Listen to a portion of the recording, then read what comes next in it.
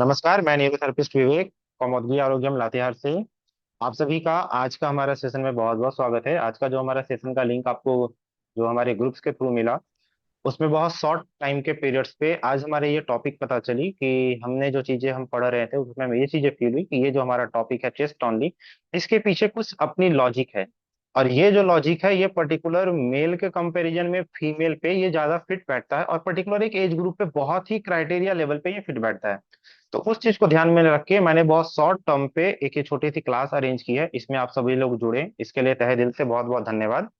Class की शुरुआत करने से पहले हम सभी मन को शांत करेंगे, अपने दोनों हाथ को जोड़ेंगे अपने नमस्कार की मुद्रा में, और बंद आंखों से अपने गुरु महाराज जी को, जिन्होंने न्यूरोथेरेपी की खोज की, इस विद्या को बनाया जिससे हम अपनी रोजी रोटी भी आप कह सकते हो एक मतलब स्वस्थ सम्मानजनक जिंदगी जी रहे हैं, इसलिए परम पूज्य गुरु जी को हम प्रणाम करेंगे। न्यूरोथेरेपी के जनक परम पूज्य गुरु जी डॉक्टर लाजपत राय मेहरा जी की जय। मेरे गुरु कुंदन सर, उनको भी कोटि कोटि प्रणाम, जिन्होंने अपने ज्ञान से मुझे लाभान्वित किया और मैं आज इस काबिल हूं कि मैं अपनी ज्ञान से कुछ बातें आप लोगों को बता पा रहा हूं। तो इसके लिए कुंदन सर को कोटि कोटि प्रणाम।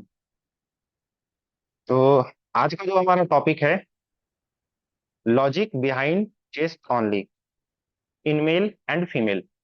तो बेसिकली मैं आप लोगों को बताऊं, जो चेस्ट ऑनली का जो हम पॉइंट देते हैं न्यूरोथेरेपी का ट्रीटमेंट, ये पर्टिकुलर देने के बहुत सारे तरीके होते हैं। कुछ लोगों को देखा जाता है कि जो चेस्ट ऑनली देते हैं वो निपल टू शोल्डर के डायरेक्शन में देते हैं, और कुछ निपल टू शोल्डर मतलब शोल्डर की कॉर्नर की तरफ कोई देते हैं डायरेक्ट इस वे में, और कुछ निपल टू शोल्डर के अपर साइड की तरफ देते हैं। और मुझे जो सर ने सिखाया था वो जो चीज थी वो निपल टू शोल्डर के अपर तरफ, ये एज पर नहीं देते, हम इस तरफ से ऊपर की ओर यहाँ देते हैं, ऐसे इस तरफ में, कॉर्नर पे नहीं देते। मुझे सर ने ये चीजें सिखाई थी। इस चीजों पे जब मैं देख रहा था तो फिर मुझे मालूम चला कि हम न्यूरोथेरेपी में एक पॉइंट देते हैं लीवर जीरो और म्यूकस जीरो। लीवर जीरो और म्यूकस जीरो पे कुछ लोगों का ये, अगर मैं सही हूं जो मुझे सर ने बताया था, तो हम यहाँ पे शोल्डर का जो जॉइंट है ना, इस जगह से हम लीवर जीरो और म्यूकस जीरो को एक्टिवेट करते हैं। अगर हम ये डायगोनल तिरछा अगर दे रहे होते हैं तो इससे हमारा लीवर जीरो म्यूकस जीरो भी दोनों तरफ से एक्टिवेट होने के चांसेस बनते हैं, क्योंकि उसके भी पॉइंट्स एक्टिवेट होते हैं।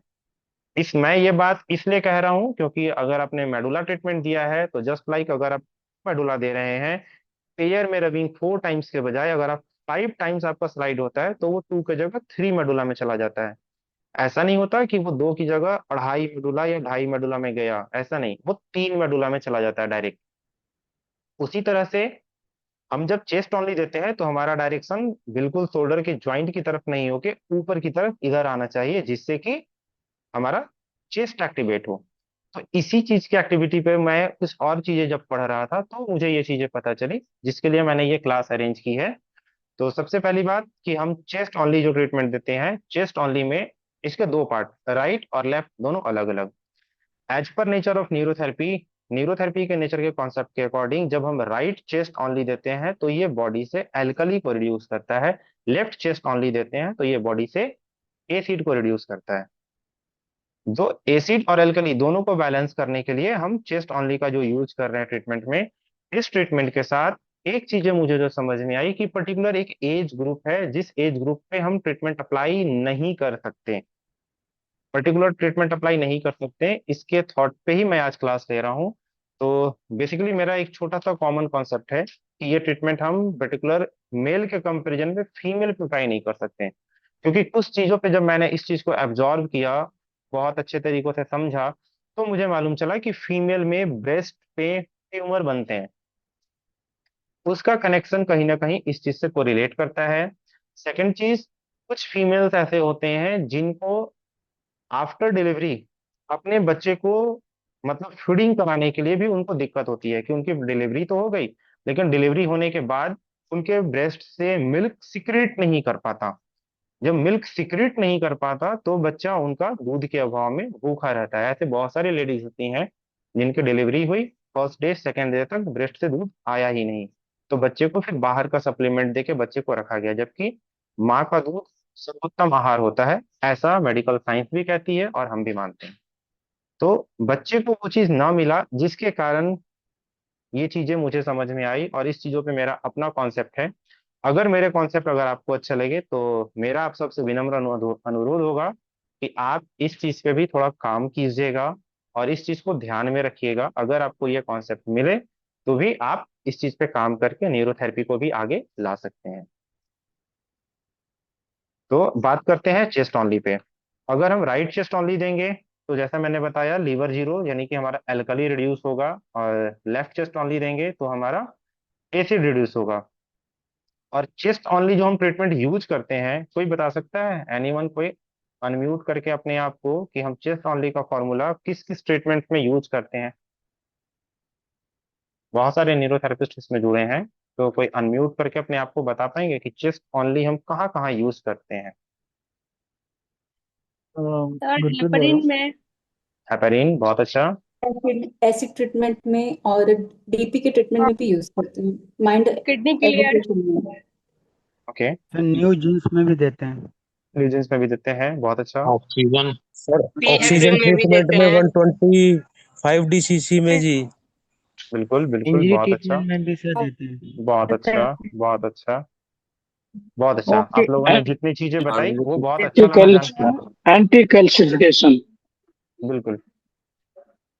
तो मुझे बहुत अच्छा लगा जान के कि आप लोगों ने बताया कि न्यूरोथेरेपी में हम चेस्ट ओनली का जो ट्रीटमेंट यूज करते हैं वो हेपरिन में यूज करते हैं, ऑक्सीजन में यूज करते हैं, 125 DCC में यूज करते हैं, किडनी क्लियर में यूज करते हैं, न्यूजीन्स में यूज करते हैं, डिकैल्सिफिकेशन ट्रीटमेंट में यूज करते हैं, मल्टी हेपरिन में भी यूज करते हैं, बहुत सारी जगह पे हम चेस्ट ओनली यूज करते हैं। लेकिन चेस्ट ओनली जो हम यूज कर रहे हैं, इस चेस्ट ओनली पे थोड़े कॉन्सेप्ट मेरे अलग हैं, जो मैं इस चीज को यूज कर रहा हूँ। और मैंने इस चीजों पे ट्राई किया है कि मैं चेस्ट ओनली देने के बजाय मैं वहां पे बैक एरो यूज किया। बैक एरो यूज करने के बाद मुझे थोड़ा ज्यादा कॉन्सेप्ट अच्छा लगा कि चेस्ट ओनली का वर्क बैक एरो के मुकाबले, अगर मैं सिंपल लंग्स में ऑक्सीजन की सप्लाई को अगर बढ़ाने के वे पे यूज कर रहा हूँ, तो मुझे चेस्ट ओनली से ज्यादा अच्छा रिजल्ट बैक एरो पे मिला। मेरा कॉन्सेप्ट इस पे ये चीज था कि चेस्ट ओनली से जो हम फ्रंट से चेस्ट को एक्टिवेट कर रहे हैं, इसके जगह अगर हम बैक से चेस्ट को एक्टिवेट करेंगे तो लंग्स की सप्लाई ज्यादा होगी, लंग्स में ऑक्सीजन ज्यादा बढ़ेगा। तो इस चीज को ध्यान में रख के मैंने उस चीज को यूज किया, तो मुझे कुछ चीजों पे फर्क नजर आया। तो उस चीज पे बात करने से पहले मैं कुछ अब पीपीटी आपको शेयर करना चाहूंगा।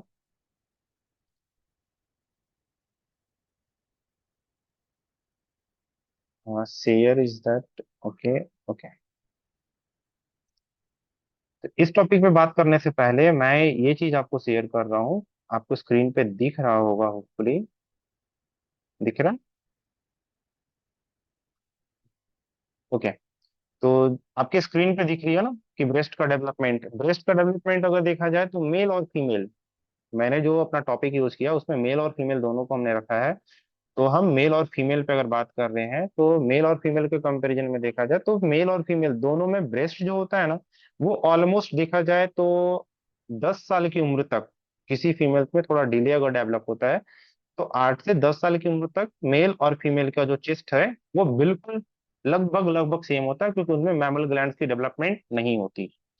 तो जो मेमरी ग्लैंड है, जो मैमल ग्लैंड से हमारा, उसकी डेवलपमेंट होने के कारण फीमेल का चेस्ट ब्रेस्ट के रूप में कन्वर्ट होता है, और वो आगे चल के बच्चे को दूध पिलाने के लिए काम आता है।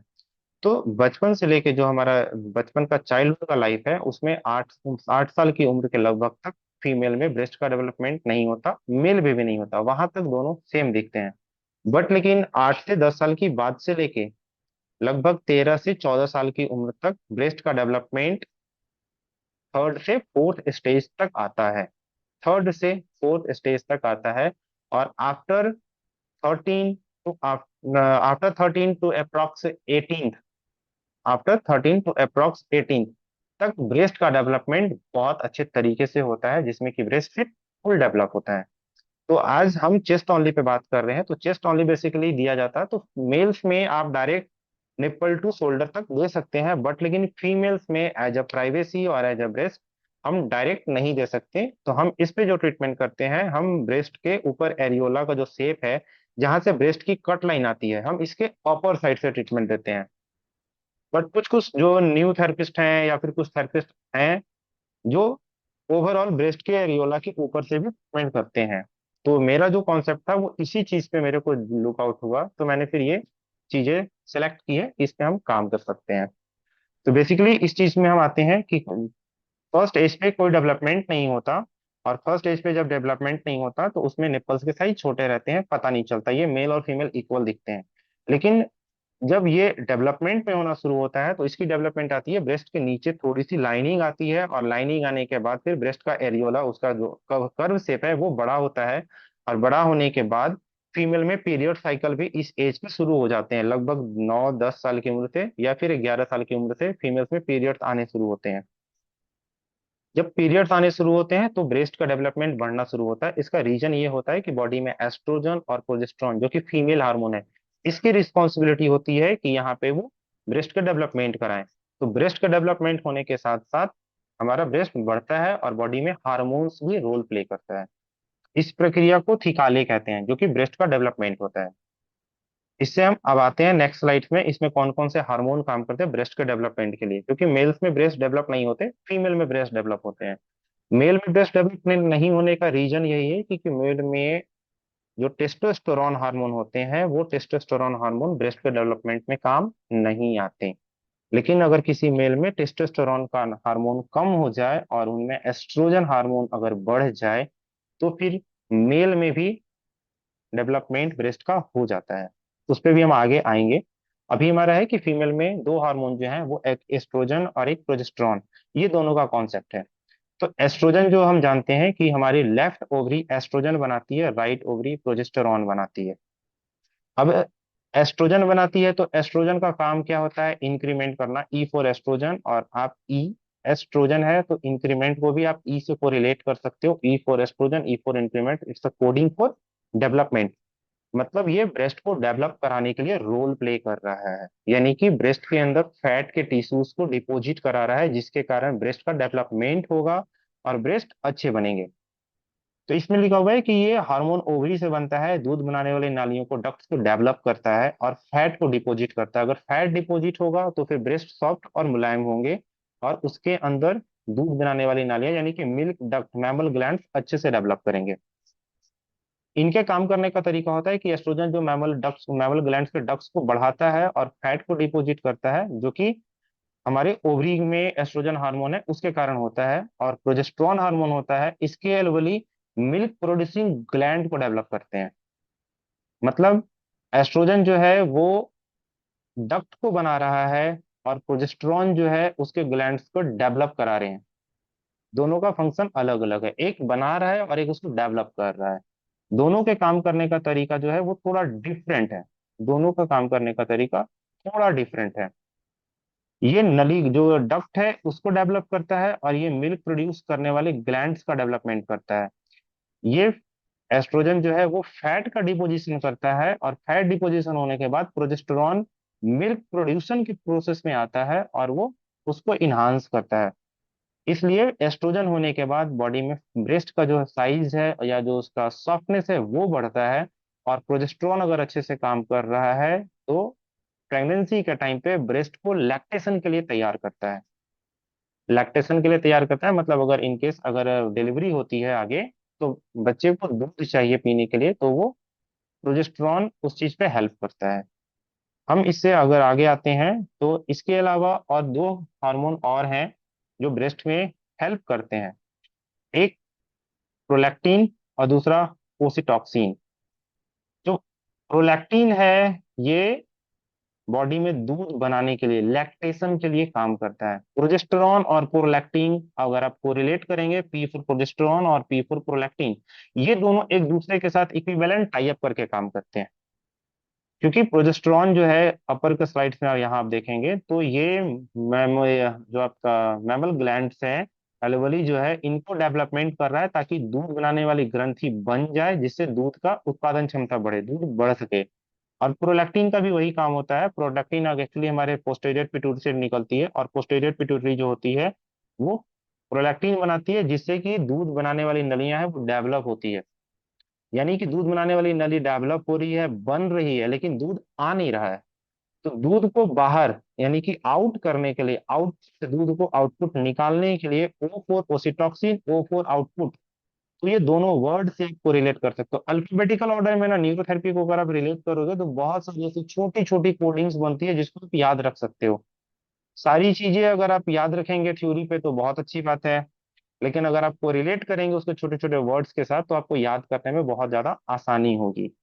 इसलिए जब माँ बच्चे को दूध पिलाती है और ब्रेस्ट से जब दूध बाहर नहीं आता, आउटपुट नहीं निकल पाता, तो वहां पे ओसिटॉक्सिन की कमी होती है। रीजन यही है। तो हम प्रोलैक्टिन को एक्टिवेट करने के लिए न्यूरोथेरेपी में ट्रीटमेंट देते हैं 4-थायराइड-पी, जो कि पोस्टीरियर पिट्यूटरी से एक्टिवेट करता है, एसीटीएच एडिनोकॉर्टिकोट्रॉफी हार्मोन के थ्रू निकलता है। और जिसके कारण एसीटीएच जब निकलता है तो 4-थायराइड-पी का जो हम ट्रीटमेंट देते हैं उससे टीएसएच भी बनता है, थायराइड स्टिमुलेटिंग हार्मोन भी बनता है। लेकिन ओसिटॉक्सिन को जब हम यूज कर रहे होते हैं, मिल्क सिक्रीट कर रहा होता है बाहर, तो ओसिटॉक्सिन पहले 4 पैरा से यूज किया जाता था, बट लेकिन अभी 1.5 पैरा देकर यूज किया जाता है। 1.5 पैरा यानी कि 1.5 पैरा देकर ओसिटॉक्सिन बनाते हैं। तो प्रोलैक्टिन का काम होता है, ये एक हार्मोन है जो कि बॉडी में पिट्यूटरी ग्लैंड से निकलता है और ये दूध बनाने में मदद करता है। फर्स्ट टाइम तो एस्ट्रोजन ने ब्रेस्ट में जो फैट है उसको बनाया, और उसके साथ प्रोजेस्टेरॉन ने उसके डक्ट्स को बनाया, प्रोलैक्टिन ने उस डक्ट्स में मैमल ग्लैंड्स के डक्ट्स जो बने उससे दूध बनाने में लैक्टेशन के लिए मदद किया, और ओसिटॉक्सिन ने दूध को बाहर निकाला, ओसिटॉक्सिन ने आउटपुट किया। अब इन सब चीजों में देखा जाए तो आगे एक और हार्मोन होता है अदर हेल्पर हार्मोन में, ग्रोथ हार्मोन, जो कि पिट्यूटरी ग्लैंड ही बनाती है। ग्रोथ हार्मोन जब बनता है तभी बॉडी का डेवलपमेंट होता है, या सिर्फ नॉट फॉर ब्रेस्ट, हमारी पूरी बॉडी ग्रोथ हार्मोन पे डिपेंडेंट होती है, जिससे कि पूरी शरीर का डेवलपमेंट होता है। और ये सिर्फ ब्रेस्ट को नहीं बल्कि हमारी शरीर के मांसपेशियों को, हड्डियों को, टिश्यूज को बढ़ाती है। इसमें एक और फैक्टर बहुत ज्यादा मैटर करता है, IGF-1, insulin like growth factor, जो कि लीवर से होता है। और लीवर जो होता है ये टिश्यू की सेल प्रिपेयर करने के लिए, मरम्मत करने के लिए बहुत ज्यादा डेवलप करता है, क्योंकि लीवर, गुरुजी ने भी बताया है कि 500 से ज्यादा केमिकल बनाता है। तो लीवर IGF-1 भी बनाता है, ये भी ग्रोथ हार्मोन के इफेक्ट्स के कारण बनता है, जिसके कारण ब्रेस्ट के डेवलपमेंट ज्यादा अच्छे होते हैं। तो ओवरऑल जितनी चीजें बताई इसका सारांश यही हुआ कि प्रोलैक्टिन प्रोडक्शन कराता है, प्रोलैक्टिन प्रोडक्शन में काम आता है यानी कि दूध को बनाता है, लेकिन ओसिटॉक्सिन उसको आउट करता है यानी कि ब्रेस्ट से बाहर आउटपुट देता है। ये चीज हुई। और GH ग्रोथ हार्मोन जो है ये बेसिकली बॉडी में जब अगर माँ बच्चे को ब्रेस्ट फीड करा रही है तो जो ब्लड फिल्टर हो रहा होता है, एक्चुअली बच्चा जो दूध पीता है ना वो माँ के शरीर में दूध नहीं बनता, माँ के शरीर में जो खून जा रहा होता है, खून होता है, उसी खून को फिल्टर करके हमारी मैमल ग्लैंड, जो ब्रेस्ट का मैमल ग्लैंड है, वो ग्लैंड ब्लड दूध बनाती है। किडनी फिल्टर करके ब्लड से यूरिन निकालती है, लेकिन मैमल ग्लैंड ब्लड को फिल्टर करके मिल्क प्रोड्यूस कराने का काम करते हैं। तो माँ को बहुत अच्छा न्यूट्रिशन भी चाहिए होता है ताकि बच्चा अच्छे से पले बढ़े।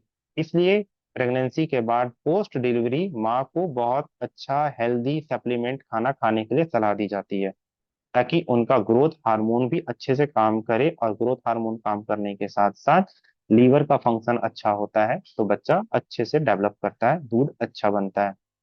अब बात करते हैं मेल और फीमेल में दोनों में डिफरेंस क्या होता है, क्योंकि हमारा टॉपिक मेल और फीमेल का था। मेल में जो हार्मोन्स होते हैं वो मेल में टेस्टोस्टेरोन होते हैं और फीमेल में एस्ट्रोजन होते हैं। जैसा कि मैंने बताया, एस्ट्रोजन, एस्ट्रोजन, E4 इंक्रीमेंट आप लिख सकते हो कोड वर्ड्स के हिसाब से। तो एस्ट्रोजन हार्मोन इंक्रीमेंट कराता है यानी फैट का इंक्रीमेंट कराता है, बॉडी में ब्रेस्ट डेवलप होते हैं, ब्रेस्ट डेवलप होने के साथ साथ फीमेल्स की बॉडी थोड़ी कर्व होती है, कर्व होने के साथ उनकी आवाज जो होती है वो पतली होती है। बट मेल में जो टेस्टोस्टेरोन हार्मोन होता है, इस टेस्टोस्टेरोन हार्मोन के कारण उनकी हड्डियां थोड़ी ज्यादा डेंस होती है, उनकी छाती चौड़ी होती है, उनकी आवाज भारी होती है। ये चीजें आती है। अब डेवलपमेंट की बात करें तो ड्यू टू एस्ट्रोजन इंक्रीमेंट कराना इसका काम है, तो ये ब्रेस्ट का डेवलपमेंट कराता है, और प्रोजेस्टेरॉन एस्ट्रोजन नहीं होता, जिसके कारण मेल में ब्रेस्ट नहीं बनते। होते हैं, मेल में भी मैमल ग्लैंड्स होते हैं, अगर नहीं होंगे तो मेल की छाती पे जो निप्पल दिखते हैं चेस्ट पे वो नहीं दिखेंगे। वो होते हैं लेकिन इतने कम मात्रा में होते हैं कि उनका डेवलपमेंट उस समय जहाँ फीमेल में होता है उसमें न के बराबर होता है। बट लेकिन किसी किसी खास केसेस में मेल में भी ये चीजें होती है, वो हम आगे के स्लाइड्स में भी देखेंगे। फैट टिश्यू जो होते हैं वो एस्ट्रोजन के कारण अधिक होते हैं और मेल में कम होते हैं। इनका जो एस्ट्रोजन हार्मोन है इसका काम है, जब ये चीजें आगे ब्रेस्ट डेवलप कर जाती है तो एस्ट्रोजन और प्रोजेस्टेरोन के कॉम्बिनेशन में आगे जब हमारा प्रोलैक्टिन और ऑक्सीटॉसिन बनता है तो दूध का उत्पादन होता है, बच्चा दूध पीता है, जबकि मेल में ये चीजें बिल्कुल नहीं होती। और एस्ट्रोजन हार्मोन के डेवलपमेंट होने के कारण आगे मैमल ग्लैंड्स डेवलप होते हैं और फुल्ली डेवलप होने के बाद बच्चे को दूध मिलता है पीने के लिए, और मेल्स में ये चीजें नहीं होती।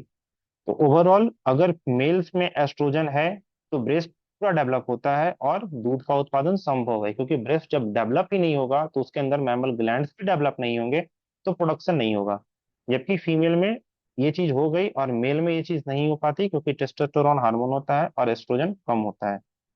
अब बात करते हैं कि आखिर मेल्स में आखिर ब्रेस्ट क्यों नहीं बढ़ता। रीजन इज दैट टेस्टोस्टेरोन ज्यादा होता और एस्ट्रोजन कम होता, जिसके कारण मैमल ग्लैंड्स डेवलप नहीं होते। लेकिन अगर मेल में एस्ट्रोजन ज्यादा हो जाए तो गाइनेकोमास्टिया गाइनेकोमास्टिया एक डिजीज होती है, जिसमें आप देख सकते हो कि ये मेल में भी ये चेस्ट पे दिखता है, फैट टिश्यू ज्यादा डिपॉजिट होते हैं, ये लगता है कि ये मतलब पुरुष की छाती की जगह ये एक स्त्री की छाती जैसा प्रतीत होता है। तो जिसको गाइनेकोमास्टिया बोलते हैं, इसमें ये चीजें ज्यादा बढ़ जाती है, एस्ट्रोजन की मात्रा बढ़ जाती है, टेस्टोस्टेरोन की मात्रा कम हो जाती है, या कुछ मेडिसिन ऐसे होते हैं जिसके साइड इफेक्ट्स के कारण भी ये चीजें आती है। अब मेल की जो छाती होती है इसमें जो छाती की जो हमारी मांसपेशियां हैं वो नॉर्मल होती है, इसमें फैट का डिपोजिशन कम होता, मैमल ग्लैंड होते हैं लेकिन अनडेवलप होते हैं। बट लेकिन किसी में डेवलप हो जाए तो उसको गाइनेकोमास्टिया नाम की बीमारी होती है, जिसका फिर आगे ट्रीटमेंट किया जाता है। इसका रीजन यही होता है कि मेल में फैट ज्यादा बढ़ जाता है। तो अगर आपने इस चीज को नोटिस किया होगा तो जो लोग थोड़े मोटे और थुलथुले होते हैं ना, जिनका शरीर भरा हुआ होता है, उनकी बॉडी पे आप देखेंगे ना तो उनकी भी छाती जो है ना वो लगती है जैसे कि उनकी छाती पे बहुत ज्यादा फैट डिपॉजिट है। तो उनका निप्पल लगता है कि काफी भारी है, जस्ट लाइक फीमेल के जैसा उनको इमेज फील होता है, ये हैवीनेस होता है। तो ये चीजें फील होती है गाइनोकोमेस्टिया के कारण। अब इसको मेडिकल साइंस की आसान भाषा में समझेंगे तो ये जो हार्मोन होते हैं ये कोलेस्ट्रॉल से बनते हैं, और कोलेस्ट्रॉल हार्मोन बॉडी में सही से प्रोटीन का डाइजेशन होने के कारण होता है। अगर बॉडी में आपका डाइजेशन सही होगा तो ये चीजें पॉसिबल है कि आपके बॉडी में हार्मोन्स बहुत अच्छे से बनेंगे। इसलिए गुरुजी ने हमेशा ये चीज बताई है कि कभी भी किसी भी कंडीशन पे अगर आपका खाया हुआ खाना शरीर में अच्छे से पच रहा है और पचने के बाद एब्जॉर्ब हो रहा है तो आपके शरीर में सारे हार्मोन्स काम करेंगे। इसलिए गुरुजी ने छोटा सा कॉन्सेप्ट पहले दिया था कि अगर आपको यूडीएफ आ रहा है तो दैट मीन्स आपकी बॉडी में डिफिशियंसी हो रही है और आपको बीमारियां शुरू हो सकती है। इसलिए गुरुजी ने यह बात बताई थी कि यूडीएफ आना सभी बीमारियों का मूल कारण है। तो सभी हार्मोन कोलेस्ट्रॉल से बनते हैं, ये स्टेरॉयड हार्मोन होते हैं, लिपिड सॉल्युबल होते हैं, ये डीएनए में जाते हैं, डीएनए को जाकर टिश्यूज के ग्रोथ को डेवलप करते हैं। डीएनए में जाकर कैसे काम करते हैं, उसके काम करने का तरीका है कि ये हार्मोन स्टेरॉयड जो हार्मोन होते हैं, हार्मोन बेसिकली हमारे ब्लड्स में होते हैं, और केमिकल जो होते हैं वो पर्टिकुलर टारगेट एरिया तक जाते हैं। हार्मोन हमारे ब्लड्स में जब आते हैं तो ये हार्मोन ब्लड से ट्रेवल करते हुए हमारे सेल के रिसेप्टर्स के थ्रू हमारे सेल के अंदर जाते हैं। सेल्स के अंदर जाकर ये हमारे सेल के न्यूक्लियस के अंदर जाते हैं। न्यूक्लियस में जाकर वहां पर जो हमारा डीएनए और आरएनए का कॉम्प्लेक्स सिस्टम होता है उसमें से वो डीएनए में जाते हैं। डीएनए में जाने के बाद वहां पर पर्टिकुलर जिस नंबर पे हमें जाना होता है, जिस क्रोमोजोम पे जाना होता है, उस जगह पर जाते हैं और उस जगह के डीएनए पे काम करते हैं ताकि वहां पर डेवलपमेंट हो सके। दैट मीन्स अगर आपकी बॉडी में अच्छा खाना आप खा रहे हो और अच्छा खाना खाने के बाद डाइजेशन अच्छा है, डाइजेशन के बाद एब्जॉर्प्शन अच्छा है, एब्जॉर्प्शन के बाद अगर ब्लड सर्कुलेशन अच्छा है, तो आपकी बॉडी में न्यूट्रिशन की डिफिशियंसी तो होगी ही नहीं। न्यूट्रिशन की डिफिशियंसी जब होगी नहीं तो आपकी बॉडी में सारी चीजें अच्छे से एज वेल मेंटेन करेगी। इसीलिए जब हमारे शरीर के अंदर हार्मोन्स जब जाते हैं सेल के अंदर रिसेप्टर्स के थ्रू जाने के बाद न्यूक्लियस में जाते हैं, न्यूक्लियस में जाने के बाद वो डीएनए के कॉम्प्लेक्स पे काम करते हैं, तब जाकर हमारा पूरा मेटाबॉलिक सिस्टम के साथ हार्मोनल सिस्टम बैलेंस होता है और सेल एक दूसरे के साथ डेवलप करते हैं। तो जब हमारा डीएनए और आरएनए अच्छे से डेवलप होना शुरू होता है तो हमें उस चीज के सिम्टम्स बाहर दिखते हैं। तो उस उम्र में, जिस उम्र में फीमेल्स में अप्रोक्सीमेटली कहा जाए तो 13 से 16 साल तक के बीच में ब्रेस्ट का डेवलपमेंट ज्यादा दिखता है। और उसका रीजन यही होता है कि इस एज में भूख भी बहुत अच्छी लगती है, हार्मोन का इम्बैलेंस भी थोड़ा होने का चांसेस होता है, क्योंकि ब्रेस्ट डेवलप जब हो रहे हैं तो कुछ टिश्यू इधर, कुछ टिश्यू इधर, कुछ चीजों में चेंजिंग आती है, तो इस जगह पे किसी को बहुत ज्यादा पिंपल्स आते हैं, किसी के साइकिल्स थोड़े अप एंड डाउन जाते हैं, या फिर कभी कभी किन्हीं को इनडाइजेशन की भी प्रॉब्लम होती है, या फिर किन्हीं को वॉमिटिंग भी हो जाती है कि जब उनको पीरियड्स आने वाले होते हैं तो उसके कारण उनको वीकनेस फील होती है, तो उनको वॉमिटिंग की टेंडेंसी भी होती है। तो रीजन ये है। अब इसके की पॉइंट्स में अगर हम बात करें तो इसके की पॉइंट्स जो है, 6 हार्मोन कोलेस्ट्रॉल से बनते हैं, टोटल जितने हैं सारे हार्मोन कोलेस्ट्रॉल से बनते हैं, ऐसा नहीं है। हार्मोन, स्टेरॉइड हार्मोन जो होते हैं लिपिड सॉल्युबल होते हैं, ये रिसेप्टर्स में डीएनए के माध्यम से जाकर जीन्स के एक्सप्रेशन को बदलते हैं। ये प्रोटीन ये प्रोटीन इससे प्रोटीन बनते हैं और टिश्यू का डेवलपमेंट होता है। अगर ये चीजें काम करेगी तभी आगे हमें डेवलपमेंट मिलता है। जस्ट एग्जांपल, अगर एस्ट्रोजन बहुत अच्छे से काम कर रहा है तो ब्रेस्ट के डक्ट और फैट टिश्यू का डेवलपमेंट होगा। प्रोजेस्टेरॉन अगर अच्छे से काम कर रहा है तो मिल्क ग्लैंड का डेवलपमेंट होगा। टेस्टोस्टेरोन अगर अच्छे से काम कर रहा है तो मेल बॉडी बढ़ेगी। प्रोलैक्टिन और ओसिटॉक्सिन अगर अच्छे से काम कर रहे हैं तो ये लैक्टेशन में मदद करेगी, यानी कि दूध की ग्रंथियां बनेगी और फिर दूध का सिक्रेशन भी होगा। अब बात करते हैं इससे आगे ब्रेस्ट का डेवलपमेंट और इनका हार्मोनल कंट्रोल सिस्टम पे, क्योंकि हमारा टॉपिक इसी चीज पे है जो कि चेस्ट ओनली से रिलेटेड कर रहा है। तो युवा अवस्था में यानी कि प्यूबर्टी के केस में एस्ट्रोजन जो होता है वो अच्छे से डेवलप करता है, ब्रेस्ट को बढ़ाता है। प्रोजेस्टेरॉन उसके अंदर डक्ट को बनाता है, और इसके सिस्टम के थ्रू सारी चीजें जब काम कर रही होती है तो हाइपोथैलेमस, पिट्यूटरी ग्लैंड, ओवरीज, इन सब का फंक्शन से कोरिलेट करते हैं, क्योंकि जब तक हाइपोथैलेमस अगर ग्रोथ करने के लिए केमिकल जो हमारा बनता है एसीटीएच, एड्रीनोकॉर्टिकोट्रॉफी हार्मोन, लेकिन हाइपोथैलेमस बनाकर पिट्यूटरी को देता है ACTH RH, adrenocorticotrophic hormone, releasing hormone. Pituitary उसको कन्वर्ट करती है। अगर फिर केमिकल जब चेंज होते हैं रिलीजिंग हार्मोन से, जब वो हार्मोन बनते हैं, तो फिर जाकर हमारा जो टारगेटेड ग्लैंड है, चाहे वो हमारा ओवरी हो, चाहे हमारा लीवर हो, चाहे हमारा थायराइड हो, चाहे पैनक्रियाज हो, यानी एवरी जो भी ऑर्गन हो, उन सब ऑर्गन को हार्मोन बनाने का मैसेज मिलता है। जैसे थायराइड की ही बात करें तो टीएसएच मिलता है, thyroid stimulating hormone. Thyroid stimulating hormone जब मिलता है थायराइड को, तो फिर थायराइड अपना केमिकल T3 और T4 बनाता है, उसके साथ साथ कैल्सिटोनिन बनाता है। तो हाइपोथैलेमस और पिट्यूटरी और ओवरीज का जब ये ट्रिगर कॉम्बिनेशन अच्छे से काम करता है तभी जाकर एस्ट्रोजन और प्रोजेस्टेरॉन बनता है। प्रेगनेंसी में क्या होता है, एचसीसी, प्रेगनेंसी में एचसीसी मेंटेन, जो एचसीसी केमिकल है ये प्रेगनेंसी को मेंटेन करता है ताकि प्रेगनेंसी कंटिन्यू बनी रहे, और प्रेगनेंसी कंटिन्यू बनता है जिसके कारण एचपीएल, ह्यूमन प्लेसेंटल लैक्टोजन होता है। ह्यूमन प्लेसेंटल लैक्टोजन दूध बनाने के लिए ब्रेस्ट को रेडी करता है। इससे ये चीजें पता चलती है कि ये चीजें एक्टिव तब होती है जब 7वें 8वें महीने में जब प्रेगनेंसी पहुंचती है, उस जगह पर ये चीजें ज्यादा अच्छा से फ्लो करती है, क्योंकि 7th मंथ में भी किसी किसी को डिलीवरी हो जाती है। तो 7th मंथ में जब डिलीवरी अगर इनकेस होती है तो उस समय भी बच्चे को वो दूध चाहिए होगा, तो एचपीएल उस समय तक रेडी करता है ब्रेस्ट को ताकि वो कर सके। और इस समय एस्ट्रोजन और प्रोजेस्टेरॉन जो होता है इसके डेवलपमेंट होने के कारण, क्योंकि बॉडी में एस्ट्रोजन और प्रोजेस्टेरॉन चल रहे होते हैं हार्मोन, जिसके कारण ऑलरेडी हमारा ब्रेस्ट जो है डेवलप हो चुका है, जिसके कारण ग्लैंड्स डेवलप हैं। लेकिन यहाँ पर प्रोजेस्टेरॉन, अगर प्रेगनेंसी नहीं होती है तो उस समय तो प्रोजेस्टेरॉन काम करता है, एस्ट्रोजन काम करता है, लेकिन जब प्रेगनेंसी हो जाती है तो प्रोजेस्टेरॉन जो होता है वो प्रोलैक्टिन को बनाने नहीं देता, मतलब प्रोलैक्टिन को वर्क अच्छे से करने नहीं देता, इसलिए प्रोलैक्टिन होते हुए भी ड्यूरिंग प्रेगनेंसी ब्रेस्ट से मिल्क सिक्रीट नहीं करता। लेकिन आफ्टर डिलीवरी प्रोजेस्टेरॉन कम हो जाता है, एस्ट्रोजन बढ़ता है, और एस्ट्रोजन बढ़ने के कारण फिर मिल्क सिक्रेशन शुरू हो जाता है, ओसिटॉक्सिन और प्रोलैक्टिन फिर काम करना शुरू कर देते हैं। यानी कि डिलीवरी के बाद एस्ट्रोजन और प्रोजेस्टेरॉन दोनों कम हो जाता है, जिससे प्रोलैक्टिन सक्रिय होता है, एक्टिव होता है, और मिल्क सिक्रेशन बनता है। बच्चा जब दूध पीता है, बच्चे का लिप्स जब मदर्स के निपल्स को टच करता है, तो मदर्स के ब्रेन को एक ट्रिगर मैसेज जाता है कि मेरे बच्चे को भूख लगी है, दूध पिलाना है। उस कंडीशंस पे मेंटली ओसिटॉक्सिन भी बनता है जो कि ब्रेस्ट से दूध को बाहर निकालता है। बच्चा जैसे ही निपल्स को टच करता है, सक करता है, ब्रेन को सिग्नल मिलता है, पिट्यूटरी ग्लैंड ओसिटॉक्सिन रिलीज करती है और ओसिटॉक्सिन रिलीज होते ही दूध बाहर आना शुरू हो जाता है।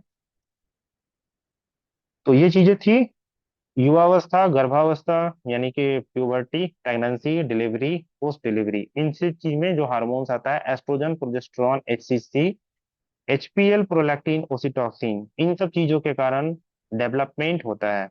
अब इन चीजों पे बात करें तो शीला जी, आपका एक प्रश्न है, आपने हैंड राइज किया है। मैं अपनी बात कंप्लीट कर ले रहा हूँ, फिर मैं आपको चांस दूंगा ताकि आप बात करेंगे। तो इन चीजों पर जब हमने नोटिस किया कि ये चीजें काम कर रही होती है, तो इस चीज पे मुझे फील हुआ कि जब हम राइट चेस्ट ओनली और लेफ्ट चेस्ट ओनली हम ये जब ट्रीटमेंट कर रहे होते हैं, तो ड्यूरिंग द एज अप्रोक्सीमेटली अगर इसको कैलकुलेट किया जाए तो 15 to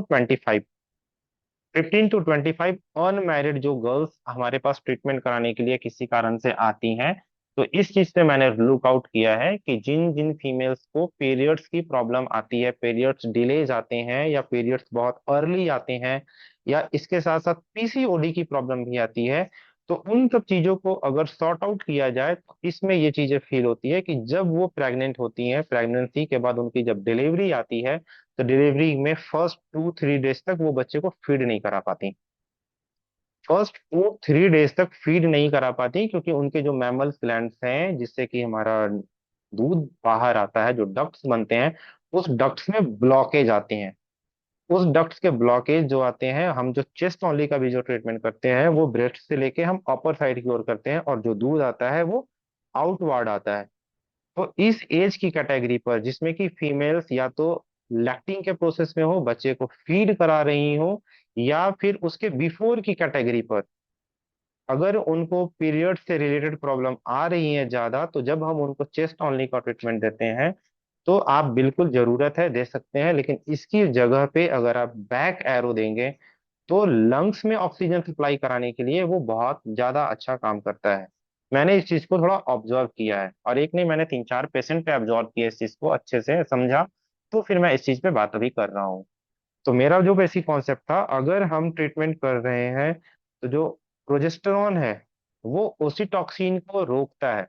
प्रोजेस्टेरॉन ओसिटॉक्सिन को रोकता है ड्यूरिंग प्रेगनेंसी, ताकि मिल्क बाहर न आए, मिल्क का सिक्रीशन न हो।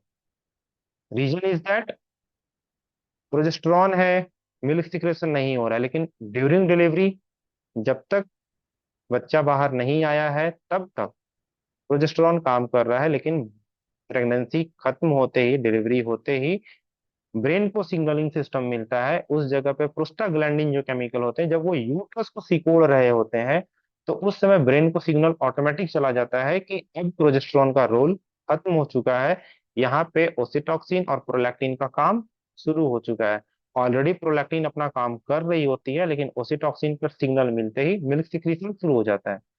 अब बात आती है कि बच्चा सिक्रीट करने के लिए, मिल्क को सक करने के लिए अपने लिप्स को, निपल्स को सक कर भी रहा है, लेकिन रुकावट बीच में आ रही है, या तो सिग्नलिंग सिस्टम से सिग्नल मिल रहा है लेकिन उसके बीच के डक्ट में रुकावट है, जिसके कारण ये प्रॉब्लम क्रिएट होती है कि माँ बच्चे को दूध सही से फीड नहीं करा पाती। तो इस जगह पे बहुत ऑब्जर्व करने पे ये चीजें भी पता चलती है कि जब फीमेल्स के ब्रेस्ट को फीमेल टच करती हैं, तो उनको फील होता है कि ब्रेस्ट काफी भारी है और उसके बीच में गठान है, छोटी छोटी गांठें बनी हुई है, चाहे वो फर्स्ट डिलीवरी हो या फिर सेकंड थर्ड एनीवन हो। तो उनको ये गठान क्यों क्रिएट हो जाती है? क्योंकि उनके ग्लैंड के बीच में जो ऑब्स्ट्रक्टिव टिश्यू बन जाते हैं वो इसी कारण बनते हैं, क्योंकि उनके हार्मोन्स के साइकिल के टाइम पे जो डक्ट डेवलप हो रहे थे वो डक्ट प्रॉपर वे में डेवलप नहीं हो पाते। इस चीज पे अगर आप ट्रीटमेंट कर रहे हो, तो मेरा बेसिक कहने का ये कॉन्सेप्ट है कि अगर आप चेस्ट ओनली का ट्रीटमेंट दे रहे हो तो उसकी जगह आप बैक एरो देंगे इस पर्टिकुलर एज ग्रुप में, जिस ग्रुप में फीमेल्स को या तो लैक्टेशन कराना हो या फिर उनकी प्रेगनेंसी चल रही हो। उस केसेस में आप बैक एरो का यूज करेंगे तो आई थिंक आपको बहुत ज्यादा अच्छा रिजल्ट मिलेगा, और फीमेल्स को ड्यूरिंग, सॉरी, आफ्टर डिलीवरी जो उनको फीडिंग कराना है, उस फीडिंग कराने में उनको प्रॉब्लम नहीं आएगी। समटाइम्स ऐसा होता है कि जब बच्चे को फीमेल्स जब फीडिंग कराती हैं तो वो 6 महीने कराने के बाद वो उसको स्टॉप कर देती हैं फीडिंग कराना। जनरली जब तक बच्चा फीड कर सके तब तक फीड कराना चाहिए। और कुछ लोगों के मन में यह मेंटेलिटी होती है कि अगर हम फीड करा रहे हैं तो हम मॉडर्न हैं, ऐसी कोई बात नहीं है।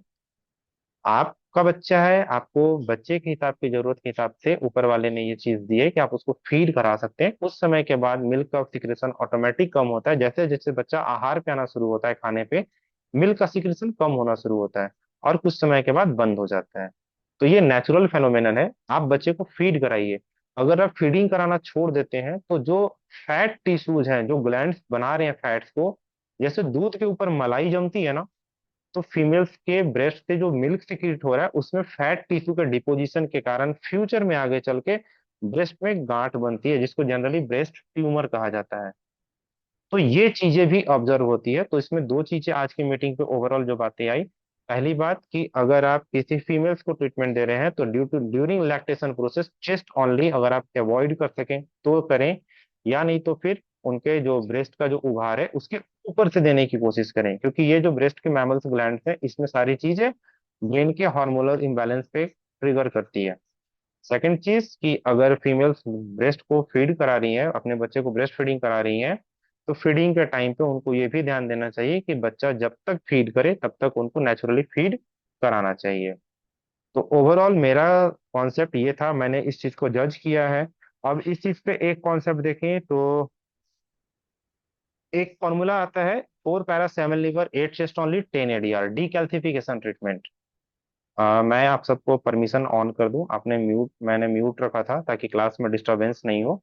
आप सभी लोग अपना माइक अब अनम्यूट करके क्वेश्चन पूछ सकते हैं, लेकिन मैं एक फॉर्मूले पे बात कर रहा हूँ अभी, 4 para 7 liver 8 chest only 10 ADR। तो ये जो फॉर्मूला है ये डीकैल्सिफिकेशन है, बॉडी में कहीं भी कैल्सिफिकेशन को तोड़ने के लिए यूज किया जाता है। 4 पैरा 7 लीवर 8 चेस्ट ओनली जो इसका कॉन्सेप्ट बना है, 4 पैरा बॉडी में डिकैल्सिफिकेशन के लिए काम करता है, और 7 लीवर से IGF-1 इंसुलिन ग्रोथ फैक्टर 1 जो है वो भी ट्रिगर करता है लीवर के साथ, और चेस्ट ओनली जो है वो रिवर्स साइड में जाता है, जिससे कि ये मेल में बहुत अच्छे से डीकैल्सिफिकेशन का काम करता है। लेकिन फीमेल में जब आप ये ट्रीटमेंट देते हैं ड्यूरिंग लैक्टेशन प्रोसेस, तो फीमेल्स के ब्रेस्ट से जो मिल्क सिक्रेट होता है उसका प्रोसेस कम हो जाता है। ये चीजें भी मैंने नोटिस की है। तो इस ट्रीटमेंट में इस फॉर्मूले का जो 8 चेस्ट ओनली का जो कॉन्सेप्ट यूज हुआ है, 4 पैरा का कॉन्सेप्ट नहीं है। इसमें 4 पैरा बॉडी में कैल्सिफिकेशन बनाने के लिए भी और डिकैल्सिफिकेशन बनाने, दोनों चीजों में यूज आता है, क्योंकि 4 पैरा हम 125 DCC में बनाने के लिए भी देते हैं और 4 पैरा हम डिकैल्सिफिकेशन में तोड़ने के लिए भी देते हैं। लेकिन उसमें चेस्ट ओनली का जो कॉन्सेप्ट है वो कॉन्सेप्ट मुझे थोड़ा ट्रिगर किया इस चीज पे, क्योंकि उनकी बॉडी में उस समय एस्ट्रोजन और प्रोजेस्टेरोन के कॉम्बिनेशन में जो थोड़ा बदलाव चलता है, उसके कारण ये चीजें मुझे एब्जॉर्ब हुई। तो अगर आप ट्रीटमेंट कर रहे हैं तो मुझे बहुत खुशी होगी कि अगर आप इस चीज को ऑब्जर्व करें तो ज्यादा अच्छा लगेगा और न्यूरोथेरेपी को आगे आप बढ़ा पाएंगे। तो मेरा जो आज का कॉन्सेप्ट था, छोटा था कॉन्सेप्ट जिसके बारे में मैं बताना चाह रहा था। तो अगर आपके इस बात में कोई विचार है या कोई प्रश्न है तो आप खुद को अनम्यूट करके पूछ सकते हैं। पहले हैंड राइज किया था आई थिंक,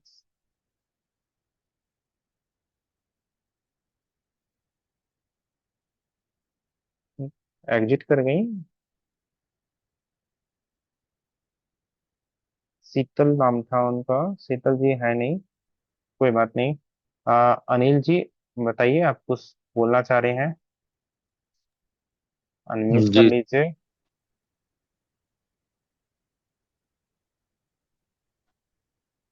मैं ये जा रहा था, ये जो एस्ट्रोजन प्रोजेस्टेरोन का जो अनबैलेंस हो जाता है, तो मिस कैरेज भी उसमें ही, मतलब कई महिलाओं का मिस कैरेज हो जाता है, तो उसमें एस्ट्रोजन प्रोजेस्टेरोन का कुछ रोल होता है क्या? बिल्कुल बिल्कुल, एस्ट्रोजन प्रोजेस्टेरोन का रोल होता है। अगर उसमें इसमें क्या बात बढ़ करें जाता ना, है? देखिए मतलब अब वही इस, जानना चाह रहा हूँ। बता रहा हूँ आपकी बात मैं समझ गया, मिसकैरेज की आप बात कर रहे हो ना। तो मैं इस चीज को जब समझ रहा था तो मुझे एक चीज आई, तो मैं जस्ट उसको कहानी पे आपको कोरिलेट करा रहा हूँ। फीमेल की साइकिल जो जनरली होती है ना, इसे हम 30 दिन की साइकिल मानते हैं कि 30 डेज का साइकिल आना चाहिए।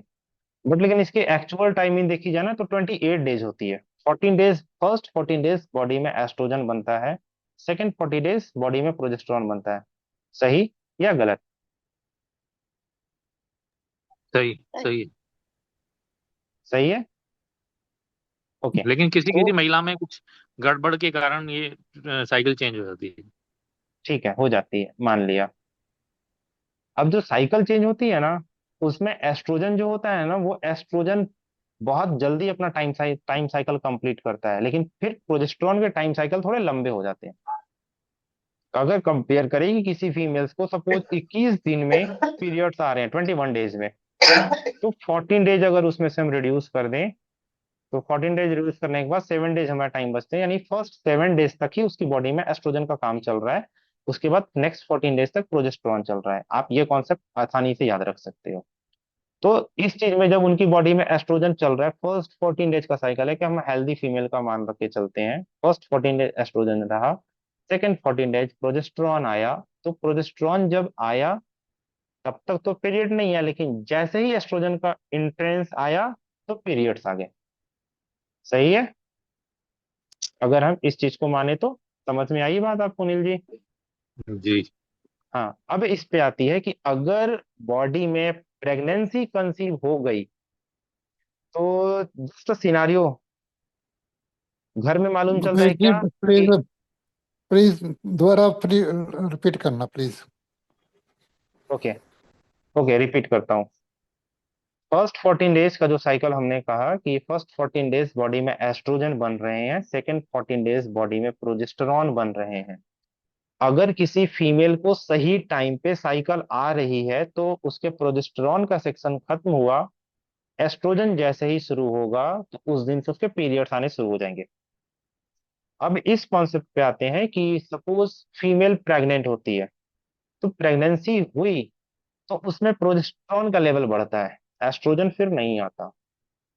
एस्ट्रोजन नहीं आता, दैट मीन्स बॉडी में प्रोजेस्टेरॉन बढ़ रहा है, लेकिन प्रोजेस्टेरॉन का भी एक साइकिल होता है कि वो 14 डेज तक ही आएगा, नहीं तो फिर नेक्स्ट टाइम 14 डेज के बाद 15 डेज एस्ट्रोजन को आना है, जिससे पीरियड्स आएंगे। ये कॉमन सारी फीमेल्स के साथ होता है। लेकिन जैसे ही प्रेगनेंसी कंसीव होती है ना, तो बॉडी के अंदर हार्मोनल चेंजेस होते हैं। हार्मोनल चेंजेस होते हैं, तो सबसे पहली बात, प्रेगनेंसी कंसीव हो गई ना, तो घर में क्या आता है? खुशियां आती है। अरे वाह, अब गुड न्यूज मिलने वाला है।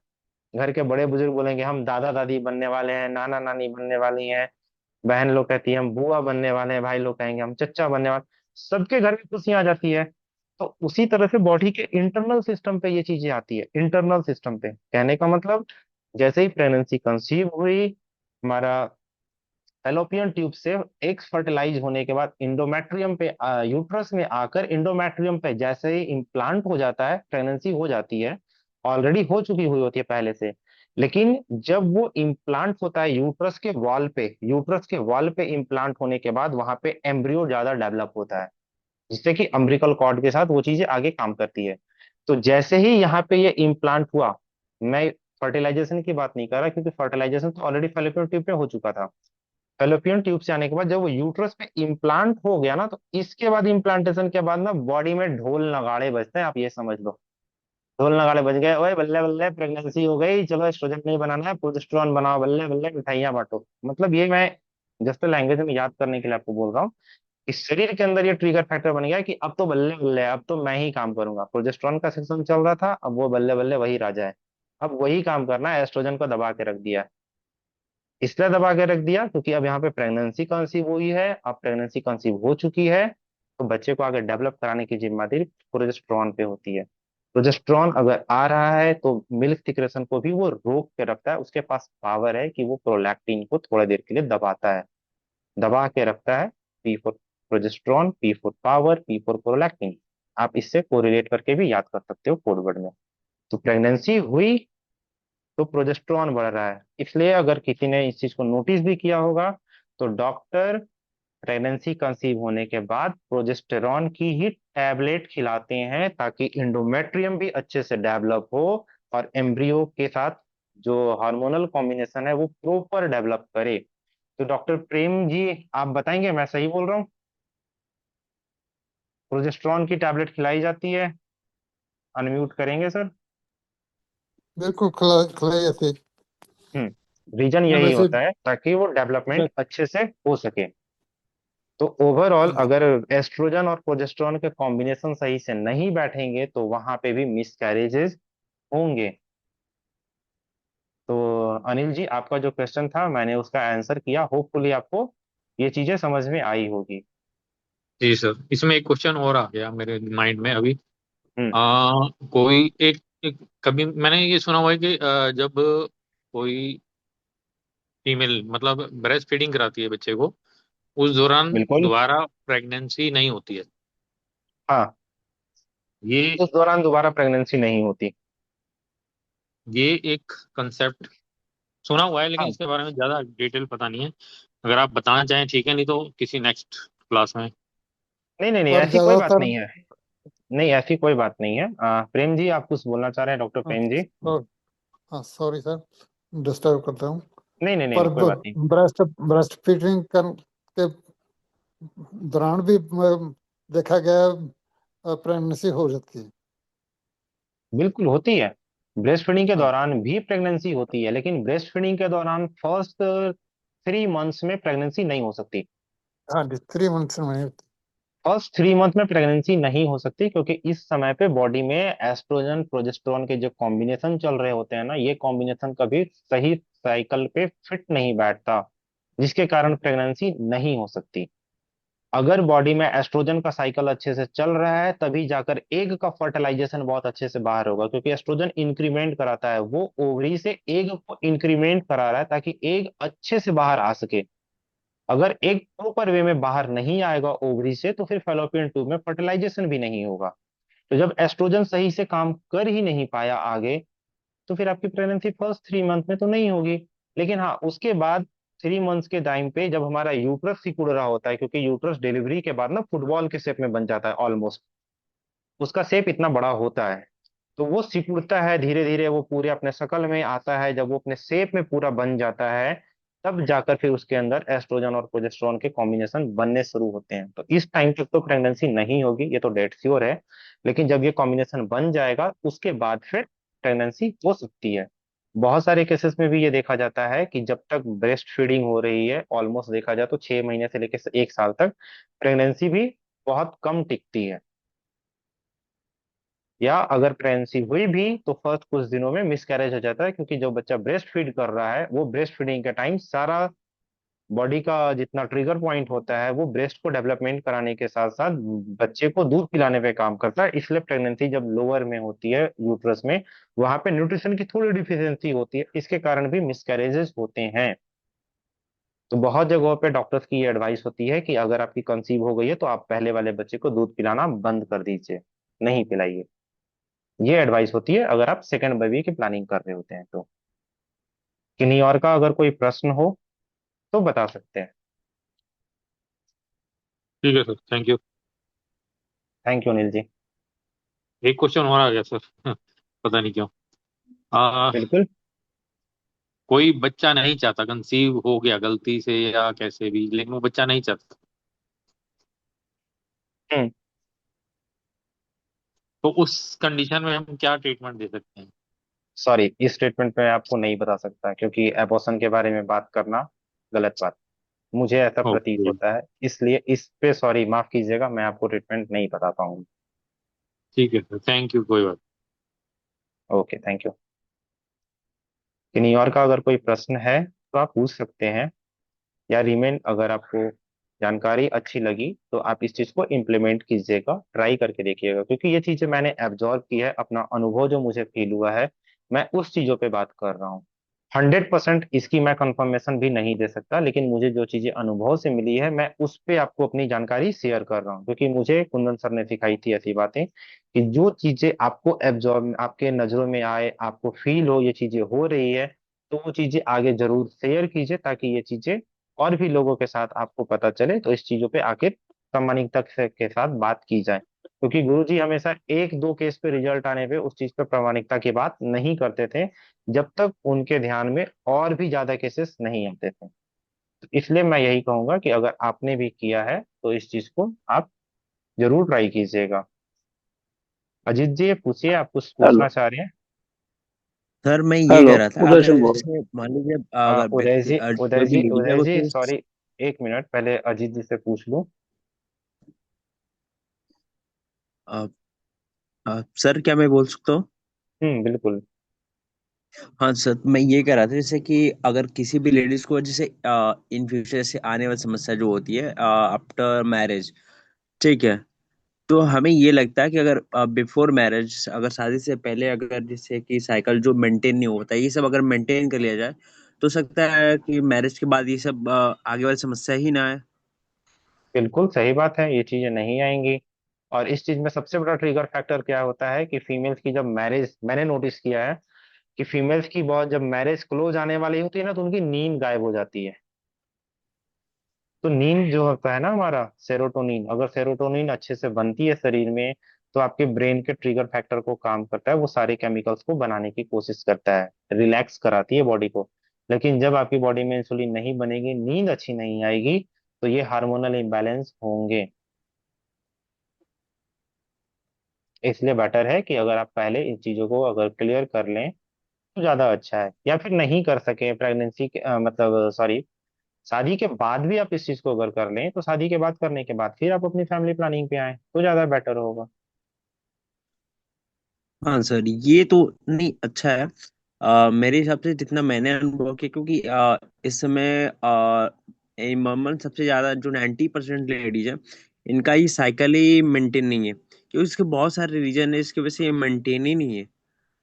हाँ, साइकिल मेंटेन नहीं होने के कारण ही तो आज के टाइम पे इतनी चीजें चल रही है ना, कि लोग आईवीएफ की तरफ ज्यादा मूव ऑन कर रहे हैं, क्योंकि उन्हें अपने शरीर के सिस्टम के बारे में भी उतना नहीं पता, जिसके कारण वो चीजें वापस उनको फील होती है कि हाँ हमारी प्रेगनेंसी कंसीव नहीं हो रही सही है। बात। और बेसिक उनका कॉन्सेप्ट जो यही है कि उनकी बॉडी में फूड का डाइजेशन प्रॉपर नहीं होता, जिसके कारण उन्हें ये चीजें लगती है कि उनका साइकिल खराब हो जाता। अब बहुत सारे फीमेल्स में जिनके साइकिल्स खराब है, आप उनका दो चीज जरूर नोटिस करना, उनको रियल हंगर फील नहीं होगा और उनको डीप स्लीप नहीं आएगी। ये चीजें होंगी। रियल हंगर कहने का मतलब, मुझे भूख लगी है, आप मुझे मक्के की रोटी दो या बाजरे की दो या चावल दो, या आप मेरे को सिंपल दाल भात चोखा सब्जी जो हम खाते हैं वो दे दो, मैं खाऊंगा, मुझे भूख लगी है। ओहो, बड़ा टेस्टी है छोले भटूरे बने, चलो हम भी खा के आते हैं, देख कर आना, ये आपका हंगर नहीं है, ये आपकी क्रेविंग है। तो रियल हंगर अगर आपको फील हो रहा है, दैट मीन्स आपकी बॉडी का ट्रिगर फैक्टर काम कर रहा है। लेकिन जिनको ये प्रॉब्लम होगी उनमें आप ये चीज जरूर नोटिस करना, उनको रियल हंगर फील होगा ही नहीं। एक चीज, दूसरी चीज, उनको नींद प्रॉपर नहीं आएगी। तो ये दोनों फैक्टर बहुत मैटर करते हैं अगर आप किसी भी फीमेल्स के साइकिल को ठीक करने की कोशिश करते हैं तो। जी। डॉक्टर प्रेम जी, आप कुछ पूछना चाह रहे हैं, हाँ, बताएंगे? ये चीज तो है। मैं मानता हूँ, लेकिन सर ये चीज ना कि अधिकतर लोग को क्या है, बेसिक से नहीं पता, जैसे नहाने का नियम, सोने उठने का नियम, खाने का नियम, सब भूल गए हैं लोग। इसलिए सबसे ज्यादा दिक्कत तो ये आती है। लोग लोग मॉडर्न हो गए हैं अजीत जी, इस पे ज्यादा क्या कह बेसिक। सकते हैं। हाँ, ये कह सकते। इतनी भागम भाग वाली लाइफ है कि ऑफिस से 6 बजे निकले, भूख लगी है, रास्ते में दो समोसे खड़े खड़े खा लिए, 2 गिलास पानी पी लिए, निकल चले, पेट भर गई हो गया। वहां पर वो ये हाँ चीज सर। देखते ही नहीं है। तो आज की लाइफ स्टाइल इतनी है, इसीलिए तो लोगों में बीमारियों की संख्या थोड़ी ज्यादा बढ़ रही है। इसी चीज के कारण अगर आप अपने एंड से अपने पेशेंट्स को ये अवेयर कराते हैं तो ये बहुत बड़ी बात है। आने वाले समय पे हमारा भारत बहुत जल्द स्वस्थ होगा, उसमें हमें ही योगदान देना पड़ेगा। तो इस चीज को आप अपने बिहाफ पे कीजिए, बाद बाकी जितने मेंबर हैं यहाँ वो भी इस चीज को अपने बिहाफ पे करें तो बहुत अच्छा होगा। सर जी प्रणाम सर, सर। ऐसे ग्रुप में बताते हैं हेलो। ना कि जैसे एक एक कहते मिनट, थे। एक मिनट, एक मिनट, सारे लोग एक साथ बोल रहे हैं, वन बाय वन करेंगे तो ज्यादा बेटर होगा। डॉक्टर प्रेम जी, आप कुछ बोलना चाह रहे हैं?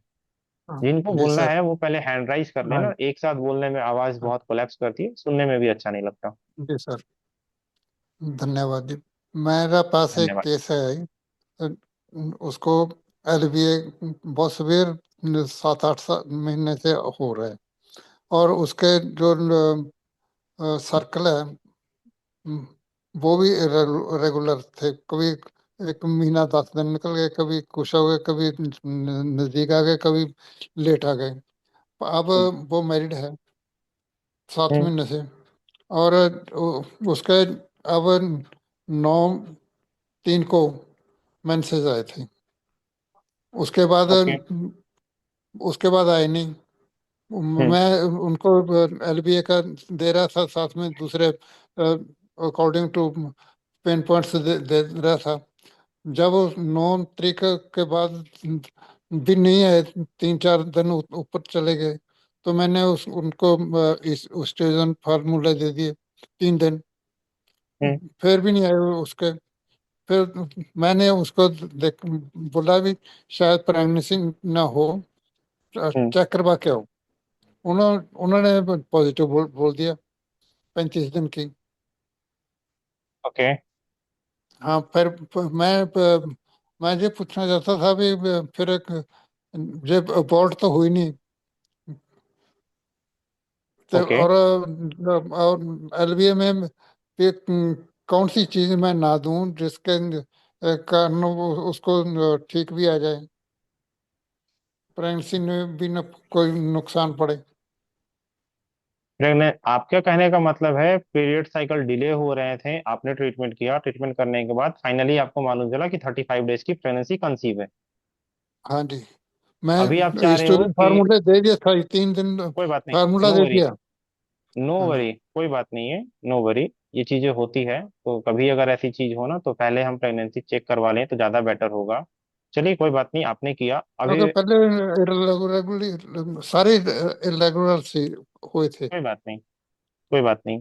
अभी आप उनको सिंपल कुछ भी नहीं दीजिए, 62 finger gall liver WD toe finger में, 62 finger gall liver WD toe finger वाला उनको सिखाइए, ताकि वो मॉर्निंग इवनिंग इस चीज को कर सके। क्योंकि अगर आपने अच्छा। एस्ट्रोजन ट्रीटमेंट यूज किया है तो वह कहीं ना कहीं वो इंडोमेट्रियम पे थोड़ी हीटिंग की होगी, हीटिंग होने के कारण वहां पे हीलिंग चाहिए। तो हम वहां पे कभी भी फीमेल्स को थाइमस का ट्रीटमेंट नहीं दे सकते, तो वहां पे आप पेशेंट को एज अ सेफ्टी, ताकि इन फ्यूचर आगे उनके एबॉर्शन होने के चांसेस ना हो, इसके लिए 62 finger gall liver WD, 62 finger gall liver WD कहने का मतलब WD नहीं देना है, तो फिंगर पे ही WD देना है। अच्छा। तो ये आप उनको कराइए, और इसके साथ साथ पॉइंट लीवर ट्रीटमेंट उनको आप कराइए। बाद बाकी उनका डाइजेशन आप देख लीजिएगा, डाइजेशन अगर अच्छा नहीं होगा तो उनको ऐसे भी प्रेगनेंसी होने के बाद वॉमिटिंग होने की टेंडेंसी ज्यादा होती है। बहुत सारे हार्मोनल इम्बैलेंस होते हैं अप डाउन, तो वॉमिटिंग होती है। तो उस केसेस में आप खाने के पहले CNNS gas gas all 3 side, और खाने के बाद CNNS gas gas all 3 side दिवाइए। ये सेफ साइड से आप ट्रीटमेंट बिल्कुल दे सकते हैं, कोई दिक्कत नहीं होगी। मैं तो न्यूजीन फॉर्मूला भी दे रहा हूँ, उसको फिर नहीं देना चाहिए? नहीं, न्यूजेन्स फार्मूला ड्यूरिंग प्रेगनेंसी ऐसे आपको नहीं देना चाहिए। क्योंकि उसके बैकबोन में बहुत ज्यादा दर्द हो रहा होता है। हाँ, बैकबोन में दर्द हो रहा है तो आप पेशेंट को बैठा के दे सकते हैं, लेकिन न्यूजेन्स 3 फार्मूला जो आप देंगे उससे जो प्रेगनेंसी है उस पर भी इफेक्ट्स आएंगे, उस पर भी तो इफेक्ट्स उसको आएंगे। 3-4 दिन पहले थोड़ा सा डिस्चार्ज हुआ था, उसके देने के बाद उसका डिस्चार्ज ठीक हो गया।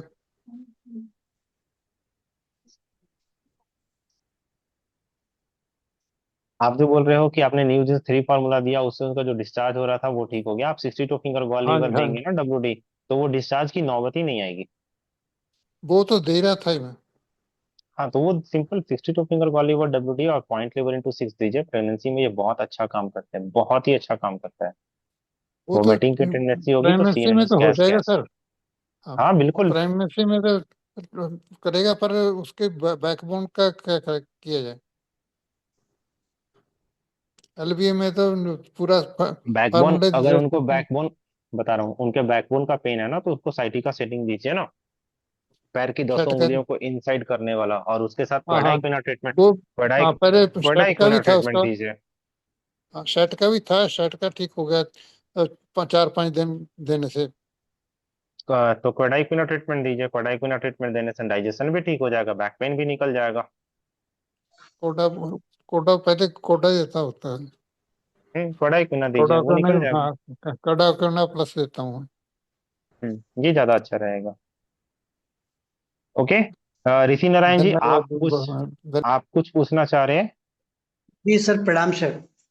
प्रणाम, अनम्यूट कीजिए, अपना कैमरा ऑन कर लीजिए ऋषि जी। जी सर।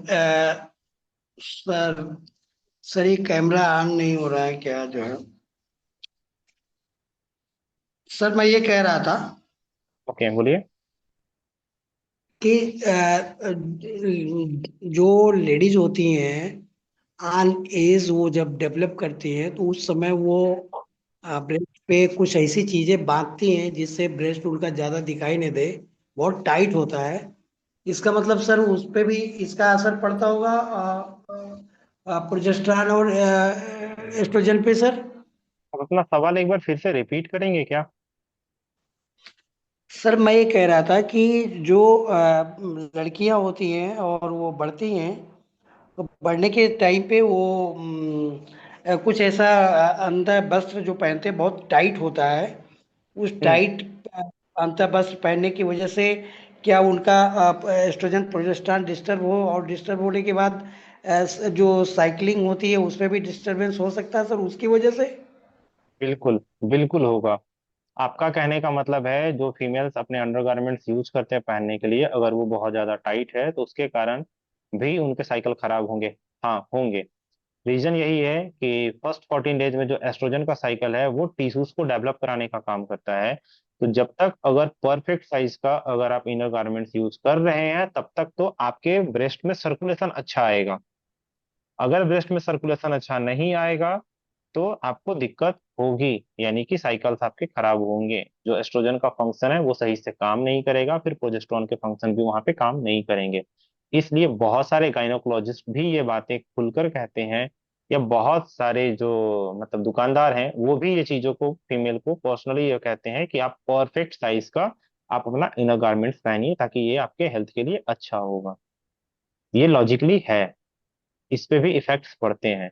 जस्ट लाइक दैट, आप इसी चीज को मान लो ना कि आप अपनी हाथों पे ही रुमाल को थोड़ी देर के लिए बांध लो, सिंपल रुमाल को, कॉटन रुमाल को। अगर आप बांध के रखोगे ना तो कुछ समय बाद आपके हाथ में ये हैवीनेस फील होगा, लगेगा कि ये भारी पड़ा हुआ है। लेकिन अगर आप नॉर्मल ऐसे रखे रहते हो तो कुछ भी नहीं फील होता। तो फिर भी इनर गारमेंट्स तो काफी पहना जाता है, तो वो दिन भर पहना हुआ रहता है, बहुत सारी फीमेल्स नाइट में भी पहने रहती हैं। तो ये जो कंटिन्यू जो इसके बीच में सर्कुलेशन पे एक बॉन्डिंग आती है, एक मतलब आप बोलो तो ब्रिज के जैसा जो बनता है, वो साइकिल्स पे इफेक्ट्स डालता है। और एक सवाल ये था सर कि जैसे चेस्ट ओनली की बात आई है तो ये प्रॉपर रूप में अगर जानकारी ये तो आज जानकारी मिल रही है इस तरह की, लेकिन कई बार ऐसा भी होता होगा सर कि गलत समय पे चेस्ट ओनली अगर दे दिया गया तो उसके साइकिलिंग पे लॉन्ग ड्यूरेशन में उसको पीरियड में दिक्कत आ सकती है। बहुत लंबे समय तक अगर दिया जाए तो दिक्कत आती है। इसलिए जब भी अच्छा सर। एस्ट्रोजन प्रोजेस्टेरॉन का ट्रीटमेंट यूज होता है उसमें चेस्ट ओनली नहीं है, हाफ कुंडलिनी 40 सेकंड के साथ जो ट्रीटमेंट यूज किया गया है एस्ट्रोजन ट्रीटमेंट, उसमें चेस्ट ओनली नहीं है। जी सर जी सर जी सर। रीजन भी यही है, ताकि उसके फंक्शन डिस्टर्ब ना हो। नहीं सर हम ये कह रहे थे कि जिस अब मान लीजिए मुझे जानकारी नहीं है और मैं चेस्ट ओनली उस समय दे रहा हूँ जिसमें प्रोजेस्टेरॉन बनने का पीरियड है, तो क्या वो डिस्टर्ब होने की वजह से साइकिलिंग में दिक्कत आ जाएगी। लॉन्ग टर्म तक कंटिन्यू चलेगा तो आएगी, एक दो बार में या फिर आपने 1 वीक ट्रीटमेंट किया तो उसमें इतना फर्क नहीं आएगा। बॉडी का फीडबैक नेगेटिव मैकेनिज्म सिस्टम जो है ना, पॉजिटिव नेगेटिव वाला, वो इस चीज को बैलेंस करने की भरपूर कोशिश करता है। हमारा शरीर अच्छा तब खराब होता है जब वो अपने एक लिमिट के बियॉन्ड जाता है। इसका सिंपल सा एग्जांपल है, हमारी बॉडी में विटामिन B12 5 साल के लिए स्टोर होता है। आज अगर आपकी बॉडी में विटामिन B12 की डिफिशियंसी आई है तो ये 5 सालों से उस चीज पे कमी आना शुरू हो गई थी, करते करते हमारा भंडार कम हो गया B12 का। देन फिर 5 साल के बाद हमें सिग्नल दिखना शुरू हुए कि हमें B12 की डिफिशियंसी है। दैट मीन्स कि आपने जब काम किया उस चीज पे, तो अगर आपने एक बार या दो बार विपरीत किया, नो वरी। लेकिन अगर आप इसको कंटिन्यू लॉन्ग टर्म पर लेकर आते हैं तो ये चीजें आती है। तो इस चीज का ध्यान रखिए, ये चीजें मैंने महसूस की है, इसलिए मुझे ये टॉपिक लगा कि थोड़ा इंटरेस्टिंग है, इसलिए मैंने इस चीज पे क्लास लिया है। नहीं सर बहुत ही ऐसे ऐसे छोटे छोटे टॉपिक ये जो बहुत ही ख्याल रखने वाले और डिजीज ऑफ मॉनिटरिंग मतलब ट्रीटमेंट देने की वजह से अगर किसी को गलत इंप्रेशन जा रहा है लॉन्ग टाइम हो या शॉर्ट टाइम में भी हो तो ये कहीं न कहीं हम लोगों के लिए बहुत अच्छा बात नहीं होगा सर। आपका बहुत इसी बहुत आभार इसी सर। चीज धन्यवाद। इसी चीज को मुझे ध्यान में मिली जो मैंने महसूस किया और मैंने ये चीजों को नोटिस किया है, इसलिए मैं ये चीजें आपको बात कर रहा हूँ।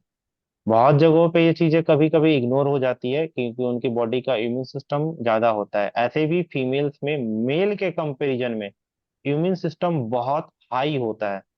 इसलिए हमारी जितनी माता बहनें हैं ना, इसलिए हमारी संस्कृति में नारी को पहली मतलब पिता से पहले माँ का दर्जा दिया जाता है, क्योंकि उनमें इम्यून सिस्टम इतना अच्छा होता है कि वो इतना ट्रिगर कर सकती हैं कि एक जेंट्स अगर मान लो 10 बीमारी से ग्रसित है तो वो बेड पे भले ही उठ ना सके, लेकिन अगर लेजिट 10 बीमारी से ग्रसित है तो वो उठकर घर के सारे काम भी कर सकती है। उनकी इम्यून सिस्टम इतनी हाई होती है, उनका थाइमस ग्लैंड इतना एक्टिव होता है कि वो बीमारियों से बहुत ज्यादा फाइट करती हैं। इसलिए जी फीमेल्स को एवरी मंथ पीरियड्स आते हैं, जो ब्लड्स का फ्लो होता है, अगर उतना ब्लड अगर इंसान की बॉडी से अगर मेल की बॉडी से निकल जाए ना तो वो बेड पे आ जाए, लेकिन हमारी माता बहनें फिर भी काम करती हैं, उसी अंदाज में करती हैं। मतलब उनकी बॉडी का इम्यून सिस्टम मेल के मुकाबले कहीं ज्यादा हाई होता है। इस चीज को ध्यान में रख के ही सनातन संस्कृति में मातृशक्ति को सर्वप्रथम मतलब सर्वोच्च स्थान दिया गया है, प्राथमिकता दी गई है। इसका जी कारण भी सर। यही है। इसलिए जी फीमेल जो सर। होती है, महिलाएं, वो कम बीमार पड़ती है कंपेयर देन मेल के मुकाबले। अच्छा सर, लेडीज में चेस्ट ओनली देने के बजाय बैक चेस्ट अगर जो आपने बताया सर, एच अगर एरो, परमानेंट। बैक एरो और हाँ। एच एरो जो यूज करते हैं, बैक एरो आप यूज कर सकते हैं, वहां पे बहुत अच्छा रिजल्ट आएंगे वहां पे भी। जी सर, जी सर। तो क्या इसको कंटिन्यू में मतलब इस्तेमाल किया जा सकता है सर, लेडीज में चाहे जो भी लेडीज हो? हाँ, बैक एरो भी आप बिल्कुल यूज कर सकते हैं। बैक एरो और एच एरो दोनों की काउंटिंग 3 = 1 है। जी। बैक एरो में लंग्स ज्यादा एक्टिवेट होता है, back of lungs right front lungs के मुकाबले बड़ा होता है। तो बैक ऑफ लंग्स पे काम करेंगे तो बैक ऑफ लंग्स ज्यादा अच्छा होता है। पर्टिकुलर मुझे ऐसा थॉट होता है और मैंने इस चीज पे ट्राई भी किया है, रिजल्ट भी मेरे को अच्छे मिले उस पे। इसलिए ये चीजें मुझे दिखी तो फिर मैंने आज ये चीज क्लास अरेंज किया, और ये क्लास जस्ट इंस्टेंट अरेंज हुआ। आज ही सुबह सुबह कुछ चीजों के बारे में ऐसे पढ़ रहा था तो मुझे इस चीज में मिला कि अगर हम कभी किसी पेशेंट को ट्रीटमेंट दे रहे हैं ना, तो मतलब 6 राइट ओवरी जो हम इस यूज करते हैं प्रोजेस्टेरॉन बनाने के लिए, राइट ओवरी प्रोजेस्टेरॉन बनाती है, लेफ्ट ओवरी एस्ट्रोजन बनाती है। मैं इस चीज पे ना आपको एक चीज शेयर करूं, व्हाइट बोर्ड के थ्रू मैं ड्रॉ करके अगर आपको दिखाता हूँ तो इस चीज में आपको थोड़ा याद आएगा कि ये चीजें कैसे काम कर सकती है। Colour pencil,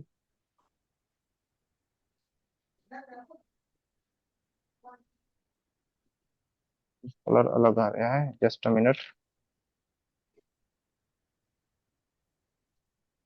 colour red, okay हाँ। अब ये एल लिखा हुआ है ना, left ovary, what happen.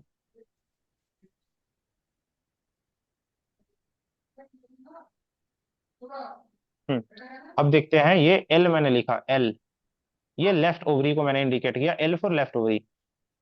Nirmala ji आप अपना माइक अपना स्क्रीन से थोड़ा ध्यान हटाइए क्योंकि ये चीजें जो दिख रही है वो सही नहीं है। मैं ड्रॉ कर रहा हूँ, ये मैंने एल बनाया लेफ्ट ओवरी। बहुत सारे लोग कभी कभी इसमें कंफ्यूज कर जाते हैं। हरकमल जी, अंजना जी, जितेंद्र सागर जी, प्लीज आप अपना स्क्रीन को टच नहीं कीजिए, सिर्फ देखिए। बहुत सारे लोग टच कर रहे हैं, इसमें आपके स्क्रीन से कलर आ जा रहे हैं तो समझने में थोड़ी दिक्कत भी होगी। मैंने एल ड्रॉ किया है, एल फॉर लेफ्ट ओवरी। अब लेफ्ट ओवरी एस्ट्रोजन बनाएगी या प्रोजेस्टेरॉन बनाएगी, समटाइम्स यहाँ पे बहुत कंफ्यूजन क्रिएट होते हैं कि इसको हम याद कैसे रखें। तो एल को हम जस्ट लाइक ई पे कन्वर्ट कर दिए, इट्स अ इजी। ये एस्ट्रोजन बनाएगी, एल को हम ई ड्रॉ कर सकते हैं। अब जैसे मैंने ये प्रोजेस्टेरॉन कौन बनाता है, ये पी है, प्रोजेस्टेरॉन बनाने वाला ग्लैंड राइट ओवरी है, इसको हम पी को आर बना सकते हैं अल्फाबेटिकल ऑर्डर में। तो ये छोटे से कोड वर्ड पे भी आप याद रख सकते हो, एल को हम ई बना सकते हैं, प्रोजेस्टेरॉन को आर बना सकते हैं। तो इस चीज पे आपको हमेशा याद रहेगा कि राइट ओवरी और लेफ्ट ओवरी दोनों के हार्मोन्स कौन कौन से बना रहे होते हैं। क्या बात है सर, बहुत बढ़िया। इस बहुत तरह से सुंदर बहुत तरीके। बहुत छोटे छोटे छोटे कोडिंग्स हैं, जिस कोडिंग्स पे अगर आप याद रखेंगे ना तो आगे के क्लासेस में और भी बहुत सारी ऐसे छोटे छोटे कोडिंग्स आपको मिलेगी, उससे आप बहुत सर आसानी वे में याद कर सकते हो। लैंग्वेज ऐसे याद बहुत करनी। टफ नहीं है याद करने के लिए, बहुत टफ नहीं है न्यूरोथेरेपी में। अल्फाबेटिकल ऑर्डर्स में बहुत सारी चीजें हैं ना जो आसानी वे में याद आती है। जी सर, बहुत बहुत धन्यवाद सर। हम्म। अब अब आपको इसमें एक छोटा सा एग्जांपल एक और चीज दिखा दूं। अब जैसे लोगों को पता चलता है ना कि बीमारियां जो आती है वो बीमारियां एक्यूट होती है, कुछ क्रॉनिक होती है, तो पता नहीं चलता।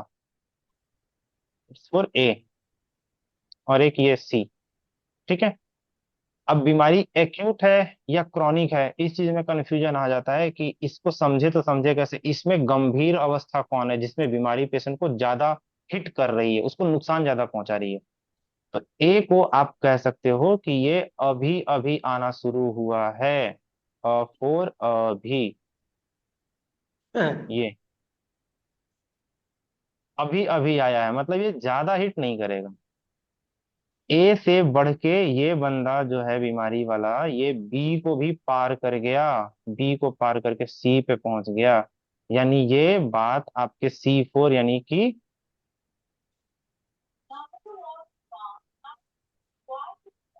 ठेठ भाषा में, गांव के भाषा में कहा जाता है कि ये इतना बढ़ गया है कि ये कलेजे तक पहुंच गया है, मतलब आपके सीने तक चढ़ गया है, मतलब अब आपको ये मार सकता है। A4 अभी अभी जो आया है वो हिट नहीं करेगा, लेकिन ये ए से बढ़ के बी में गया यानी बॉस बना, बॉस बनने के बाद वो आपके कलेजे पे चढ़ गया यानी वो क्रोनिक स्टेज तक पहुंच गया। वो कलेजे पे चढ़ गया तो मतलब मार डालेगा। तो इस तरह से भी कोडिंग पे आप याद रख सकते हो, बहुत आसान है याद रखना, एक्यूट बीमारी कौन सी है और क्रोनिक बीमारी कौन सी है, छोटे छोटे चीजों में बहुत आसानी से याद रखा जा सकता है। तो ऐसे ऐसे क्लासेस में और भी बहुत सारे कोडिंग आएंगे, चैप्टर जैसे जैसे आगे क्लासेस में जो जो चीजें आएंगी। अब गुरुजी का जो ज्ञान मिला है, जो मैंने समझा है, मैं उसको अपने अनुभव से आगे बढ़ाने की कोशिश कर रहा हूँ। चलिए, तो समय को ध्यान रख के हम अपने क्लास को यहाँ पे एंड करेंगे। अगर आपके रिमेन कोई अगर प्रश्न रह गए होंगे तो आप ग्रुप के माध्यम से भी पूछ सकते हैं। बाद बाकी जो आपको सर ज्ञान एक अगर अच्छा लगा तो आप इसको शेयर कर सकते हो। स्वर्णलता जी, आप सर कुछ एक पूछना चाह रहे हैं? हाँ सर पिछले क्लास में ना आप 3 necklace 1 WD 1 pain urine leakage के लिए बताए थे सर। सर उसका लॉजिक क्या है? ट्री नेकलेस जो हम यूज करते हैं, नेकलेस जो पॉइंट होता है ना, ये पॉइंट बॉडी के सारे नर्व्स को कनेक्ट करते हैं। नेकलेस हम जो देते हैं स्कल बोन के नीचे देते हैं, जहाँ से हमारा मसल्स यूज होता है। तो अगर आप ब्रेन के स्ट्रक्चर को देखेंगे ना, तो नेकलेस जो हम यूज कर रहे हैं वो ब्रेन स्ट्रीम पे यूज करते हैं। ब्रेन स्ट्रीम से सारे रूट सिग्नल कनेक्ट होते हैं, तो हम जब उस पर ट्रीटमेंट कर रहे होते हैं तो हमारा यूरिन कंट्रोल भी काम करता है। इसलिए थ्री नेकलेस को यूज किया जाता है। ऐसे भी नेकलेस पॉइंट जब आप किसी भी पेशेंट को ट्रीटमेंट देते हैं, ट्रीटमेंट देने के बाद अगर वो पेन से रिलेटेड कोई ट्रीटमेंट है, जो अगर कि पेशेंट अगर आपके पास आया कि उसको एब्डोमिनल पेन है, नी पेन है, बैक पेन है, हील पेन है, नेक पेन है, एनीवन जो भी है, आपने उसके अकॉर्डिंग उसको ट्रीटमेंट कर दिया, फिर नेकलेस देके आप इंडोर्फिन दे दो, पेशेंट हंसते हंसते जाएगा, नेक्स्ट डे वापस भी आएगा। समटाइम्स कभी ऐसा होता है कि हमने ट्रीटमेंट तो अच्छा किया लेकिन पेशेंट घर गया, कुछ चीजें डाइट में परहेज नहीं की, या एसी में जाके सो गया, बंद कमरे में सो गया, तो उस चीजों में होता है क्या है कि पेशेंट को पेन ट्रिगर कर जाता है। तो उस ट्रिगर से बचने के लिए वहां पे आप नेकलेस और इंडोर्फिन लास्ट में यूज करेंगे तो वो चीजें यूज नहीं आएगी। इसी के लॉजिक के साथ थ्री नेकलेस वहां पे यूज किया गया है। सूर्या अवस्थी जी, आप कुछ पूछना चाह रहे हो सर? अनम्यूट जी आप। विवेक जी नमस्कार। नमस्कार नमस्कार सर। जी कैसे हैं? मैं तो स्वस्थ और मस्त हूँ। जी बढ़िया। हम भी आपके आशीर्वाद से मस्त ही रहते हैं। हमारा नहीं, गुरुजी का आशीर्वाद है। तो आप तो उन्हीं के हैं ना, गुरु जी के बंदे हैं आप। हाँ, ये आप कह सकते हो कि हम उनके माध्यम से ये चीजें बता रहे हैं, इसलिए जी जी। अच्छी बात है। हाँ हाँ। बताइए। बहुत बढ़िया। अच्छा मेरी मदर हैं 87 ईयर्स। ओके। उनको 2023 में पैरालिसिस हुआ था। ओके। तो जो पांडे जी थे ना, डॉक्टर साहब अवधेश पांडे जी, हम्म। उनकी वीडियो देख करके मैंने कुछ वैसे ही, मैंने उनको कोई मेडिसिन नहीं दिया, तो फिर वो ठीक हो गई थी 1 महीने में। ओके। वो इस समय ठीक है, चल फिर लेती हैं, अपना नॉर्मल काम कर लेती हैं। बट इशू उनको ये रहता है कि उनको सवेरे जो है ना यूरिन बहुत आती है, आधा आधा घंटा में यूरिन के लिए जाना पड़ता। ओके। तो इसका कोई निदान बताएं आप। एक बार ना उनकी पूरी डायग्नोसिस अगर आप बताएंगे तो मेरे को जो करने में ज्यादा आसानी होगी। अच्छा तो डायग्नोसिस में फिर क्या क्या करवा लूँ? अभी मैंने कुछ करवाया नहीं आप हुआ। आप इस चीज के लिए ना मेरे को कॉल कर लीजिएगा, मैं फिर उसमें अच्छा, आपको बता दूंगा। ठीक ठीक है। है ठीक, ठीक है ठीक चल। ठीक। ओके। ठीक है। Thank you. Okay, thank you everyone. Hopefully आपको क्लास आज का अच्छा लगा हो। अगर अच्छा लगा हो तो आप अपना फीडबैक जरूर शेयर कीजिएगा। तब तक के लिए आप सभी को शुभ रात्रि। मिलते हैं अपने नेक्स्ट क्लास में। नमस्कार सर। नमस्कार।